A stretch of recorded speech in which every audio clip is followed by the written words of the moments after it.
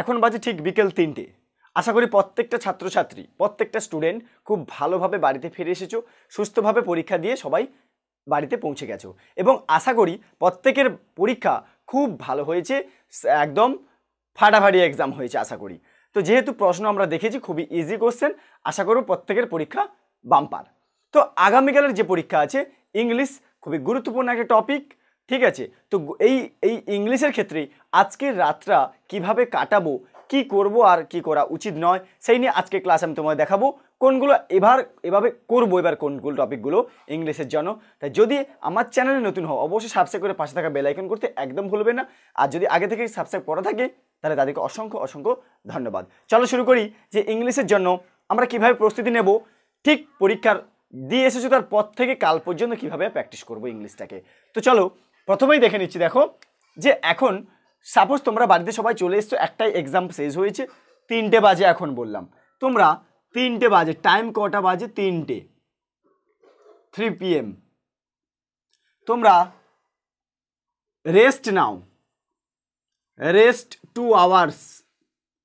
Suppose ধরলাম 5টা বাজবে, তাহলে 5টা বাজবে, তোমরা ঠিক 5টা থেকে পড়ার টাইম শুরু করবে। 5টা থেকে 6টা, 7টা, 8টা, 9টা, 10টা, 11টা, 10টা পর্যন্ত পড়লে কিংবা 11টা পর্যন্ত পড়লে, তাহলে পড়ার টাইমটা আমি তোমাদের দিলাম 10 or 11 PM। তাহলে তোমরা পড়বে, বেশি রাত করবে না, 10টা কিংবা 11টা পর্যন্ত তোমরা পড়াশুনো করলে। এবারে এই ইংলিশের জন্য 11টা পর্যন্ত যে 5 ঘন্টা 4 ঘন্টা সময় পাবো রেস্ট নেওয়ার পরে, তার মধ্যে কোনগুলো করব, খুবই গুরুত্বপূর্ণভাবে ভালো করে মন দিয়ে শোনো, ব্যাপারগুলো বোঝো, খুবই সহজ ব্যাপার। আগে যে টপিকগুলো আমি সাজেশন দিয়েছি তারই ভেতর থেকে তোমাদের সব কোশ্চেন লাগবেই, অবশ্যই তোমরা আগেরগুলো দেখে নেবে। এখন যেটা করব, ফার্স্ট কয়েকটা আমি তোমাদের পয়েন্ট বলছি, সেগুলোকে মনে করো। প্রথম 1 নম্বর পয়েন্টে আমি যদি বলবো, প্রথমে তোমরা pros plus poem, pros plus poem, textual, ঠিক আছে, টেক্সচুয়াল কোশ্চেন। এই দেখো প্রথম পয়েন্টে বলবো প্রোজ এবং পোয়েম থেকে যেগুলো তোমাদের সাজেশন আছে এবারের জন্য, তার যে টেক্সচুয়াল কোশ্চেনগুলো আছে বইতে, সেই কোশ্চেনগুলো কিন্তু অবশ্যই তোমরা সলভ করে যাবে, দেখে যাবে। এগুলোকে সলভ তো হয়ে আছে, জাস্ট দেখে যাবে বারবার। কি বললাম? টেক্সচুয়াল কোশ্চেনগুলো প্রোজ এবং পোয়েম থেকে, টেক্সচুয়াল কোশ্চেনগুলো যেগুলো হবে। 2 নম্বর পয়েন্টে তোমাদের দেখে যেতে হবে যে আনসিন প্যাসেজ। কোনগুলো আনসিন প্যাসেজ? যেগুলো আমি তোমাদেরকে সাজেশন দিয়েছি, সেই আনসিন প্যাসেজগুলো তোমরা দেখে যাবে। বিশেষ করে এখন আনসিন বলতে পর্ষদের বই থেকে, ঠিক আছে, পর্ষদের বই থেকে, টেস্ট পেপার থেকে যেগুলো প্র্যাকটিস করেছো সেই আনসিনগুলোকে ভালো করে একবার দেখে যাও। কোনগুলো ধরনের আনসিনগুলো বেশিরভাগ ছিল, যে যেমন অ্যানিম্যাল রিজার্ভেশন বা রিজার্ভ, আমি সংক্ষেপে লিখলাম, এই যে পশু প্রাণী সংরক্ষণ যেটা, সেই বিষয় নিয়ে তোমাদের যে আনসিন পয়েন্ট বেশি ছিল বইতে, কিংবা কোনো দুর্যোগ, কোনো ডিজাস্টার, অথবা ট্রেন অ্যাক্সিডেন্ট, ঠিক আছে, এই সমস্ত যে সমস্ত পয়েন্টগুলো আমি পরপর দিয়েছিলাম আনসিনের জন্য, সেই প্যাসেজগুলোকে একবার ভালো করে দেখে যাব পর্ষদের বই থেকে কিংবা কোনো টেস্ট পেপারের বই থেকে। 3 নম্বরে যাব গ্রামার পার্ট। খুব ভালো করে গ্রামারগুলোকে দেখে যেতে হবে, প্রত্যেকটা ভালো করে 5টা, মানে যতগুলো নিয়ম আছে গ্রামার থেকে, ভয়েস চেঞ্জ, ন্যারেশন, ঠিক আছে। 3 নম্বরে ডিগ্রি, যে সমস্ত বা ট্রান্সফরমেশন সেন্টেন্স, ট্রান্সফরমেশন, ঠিক আছে, এই যে গ্রামারগুলো, ফেজাল ভার্ব, এই যে গ্রামারগুলো খুব ভালো করে দেখে যাবে। তোমরা যা প্র্যাকটিস করেছো সেগুলোকে আরেকবার দেখে যাওয়া তোমাদের কাজ, প্রধান দায়িত্ব। এই গ্রামারের মধ্যে আরেকবার একটু বলে রাখি যে তোমরা টেক্সচুয়াল গ্রামার, ঠিক আছে, অর্থাৎ টেক্সট বইতে প্রত্যেকটা চ্যাপ্টারের এভরি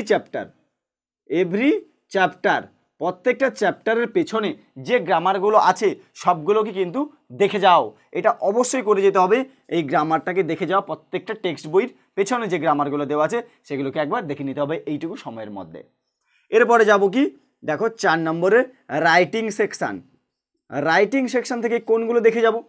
রাইটিং সেকশন থেকে আমি যেগুলো তোমাদের করিয়েছি, যা সাজেশন দিয়েছি, তার মধ্যে আসবেই আসবে, একদম সাজেশান, এটা কিন্তু সাজেশান যে আসবে, চান্স আছে।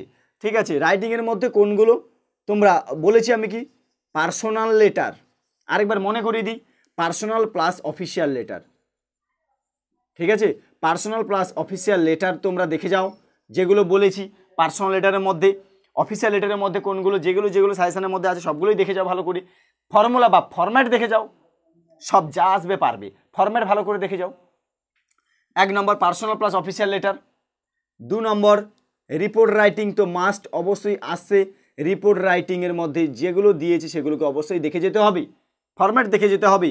রিপোর্ট রাইটিংয়ের মধ্যে ডিজাস্টার অর্থাৎ ন্যাচারাল ক্যালামিটি, অথবা কোনো স্কুল প্রোগ্রাম, যে কোনো একটা স্কুল প্রোগ্রাম, অ্যাওয়ারনেস ক্যাম্পাস, তারপরে তোমার ট্রেন অ্যাক্সিডেন্ট, চন্দ্রযান 3, এই যে রিপোর্টগুলো বারবার বলেছিলাম সেই রিপোর্টগুলো তোমাদেরকে একটা দেখে যেতে হবে।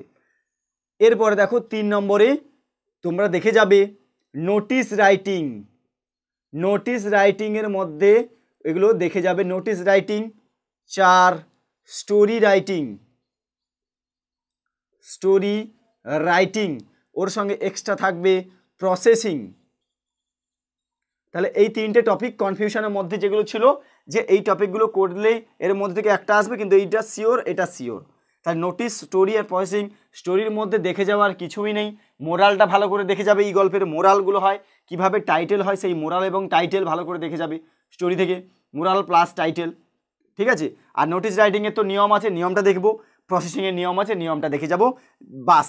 যেগুলো পড়বে আশা করি প্রত্যেকটা আমরা টাচ করে আসবো। আর প্রত্যেকের কাছে আমার একটাই রিকোয়েস্ট আর একটাই আমার অ্যাডভাইস, যে প্রত্যেকের কোশ্চেন প্রত্যেকটা টাচ করবে, কেউ কিন্তু প্রশ্ন ছেড়ে আসবো না। এটা প্রথম তোমাদের একটা মনের মধ্যে সেই স্পিরিটটা নিয়ে পরীক্ষায় এক্সামে দিতে হবে, যে একটা কোশ্চেন আমরা ছাড়বো না, প্রত্যেকটা কোশ্চেন আমরা ইংলিশের টাচ করে আসব, একদম সহজ। এবং গ্রামার, এই আনসিন প্যাসেজ থেকে খুব ভালো একটা টপিক মনে পড়ে গেল, আনসিন প্যাসেজ থেকে যে 2 নাম্বার করে 4টে খুঁজে বার করতে হয় ভোকাবুলারি। ঠিক আছে, ভোকাবুলারি দেখবে একটা উত্তর যদি তুমি পেয়ে যাও ফার্স্ট, ঠিক 2 নম্বর কাছাকাছি, 3 নম্বর, 4 নম্বর, বেশিরভাগ ক্ষেত্রে আমরা দেখেছি কাছাকাছিগুলো উত্তরগুলো থাকে, কিন্তু এই যে খুঁজে বার করাগুলো কাছাকাছি করে এগুলো পেয়ে যাই। তো এইভাবে কয়েকটা টপিক যদি আমরা দেখে যেতে পারি ভালো করে, এই কয়েকটু সময়ের মধ্যে, এতে কোনো বেশি চাপ নয় পড়ার, দেখে গেলেই আমরা একদম ফ্রি করে পরে সকাল থেকে এক্সাম হলে চলে যাব, নো চাপ। পরীক্ষা দাও ভালো করে, আবার ভালোভাবে আসো, আশা করি পরীক্ষা সবাই ভালো দেবে। সুস্থ থাকো এবং পড়াশোনা শুরু করে দাও, আর দেরি করো না। চলো দেখা হচ্ছে আবার পরের ক্লাসে, পরের ভিডিওতে। সবাই ভালো করে পরীক্ষা দাও, তারপরে আমি আবার আসবো পরের ক্লাসে।